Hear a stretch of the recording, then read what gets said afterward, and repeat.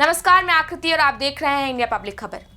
दुनिया के आगे बड़ी बड़ी बातें करने वाले अमेरिकी राष्ट्रपति ट्रंप को किस्मत की ऐसी मार पड़ी है कि जिस नोबेल प्राइज के लिए उन्होंने साम दाम दंड भेद सब कुछ आजमा लिया, उसी नोबेल पुरस्कार ने मौका आने पर उनसे ब्रेकअप कर लिया है।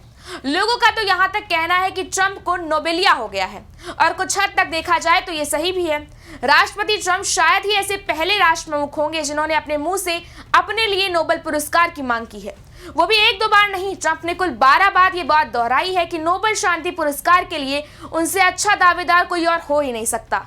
अरे ट्रंप ने तो ये तक कह डाला है कि अगर ये नोबेल उन्हें नहीं मिला तो इसे अमेरिका और अमेरिका के राष्ट्रपति पद का अपमान माना जाएगा। लेकिन शायद ट्रंप को ये शांति का पुरस्कार मिले, ये उनकी किस्मत को ही गवारा नहीं था। इसीलिए तो ट्रंप के इतने पैतरे आजमाने के बाद भी नॉर्वेजियन नोबेल कमेटी ने ये शांति पुरस्कार ट्रंप को नहीं दिया। इन सब के बाद राष्ट्रपति ट्रंप अब बौखला गए हैं। ट्रंप की रातों की नींद उड़ चुकी है और फिर क्या, नोबेल का जो सपना क्षण से टूट गया उसका गुस्सा कहीं तो निकलना ही था। और इसके लिए अब ट्रंप ने चीन को शिकार चुन लिया है और एक बार फिर उसे टैरिफ के जाल में फंसा दिया है।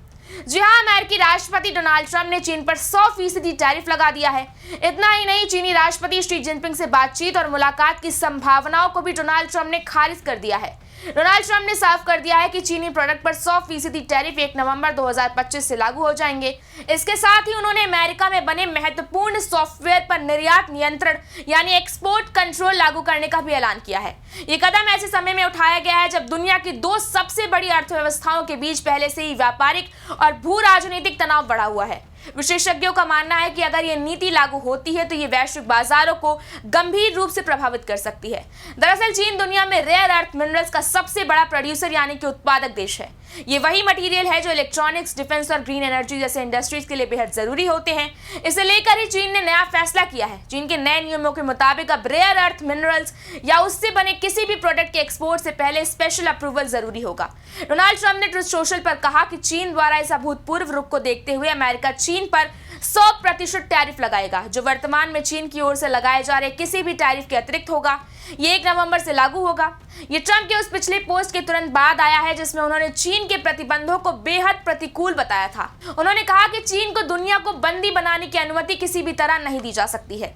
डोनाल्ड ट्रंप ने इस महीने के अंत में साउथ कोरिया में होने वाले एशिया प्रशांत आर्थिक सहयोग यानी APEC शिखर सम्मेलन में चीनी राष्ट्रपति शी जिनपिंग से मिलने की अपनी योजना पर भी सवाल उठाया है। उन्होंने कहा, मुझे 2 हफ्ते बाद दक्षिण कोरिया में APEC शिखर सम्मेलन में राष्ट्रपति शी जिनपिंग से मिलना था, लेकिन अब ऐसा करने का कोई कारण नहीं दिखता। उन्होंने चेतावनी दी कि ये टैरिफ बहुत हैवी हो सकते हैं, जिससे वॉशिंगटन और बीजिंग के बीच एक बार फिर ट्रेड वॉर हो सकता है। खैर, ट्रंप की तो ये पुरानी आदत है और इधर कुछ महीनों से तो ये यही कर रहे हैं। जहां भी उनकी दाल ना गले वहां वो टैरिफ के जरिए अपनी बात बनाने की कोशिश करते हैं और कहीं का गुस्सा कहीं निकालना तो जैसे उनकी फितरत बन गई है।